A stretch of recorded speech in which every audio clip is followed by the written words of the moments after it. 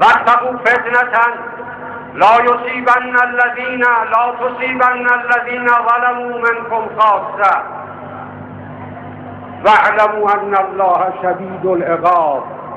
منتظر عقاب پروردگار. ای فتنه جوها، ای عاملین دست اجنبی و صهیونیست و امپریالیست، ای از خود بی خود شده ها، ای کور و کرها، ای کسانی که تبع الله علی قلوبهم، نه مصلحت خود را میبینید نه آینده خود را. خداوند شدید العقاب است، عقابی که از وجدانها و از قلوب این مردم رنج دیده شهید داده محروم خواهد شعله ور شد. بسم الله الرحمن الرحیم. تبت یدا ابی لهب و تب. کوتاه باز دست آتش افروز ابی لهب. ما اغنا عنه ماله و ما کسب.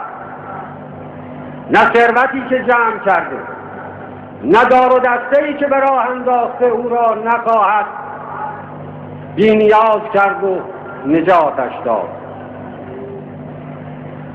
و امرأته حمالة الحطب. اونهایی که تحت تأثیر اینها هستند و آتش بیارند، جز رزق و وبال برای اونها چیزی نمیماند. فی جیدها حبل من مسد.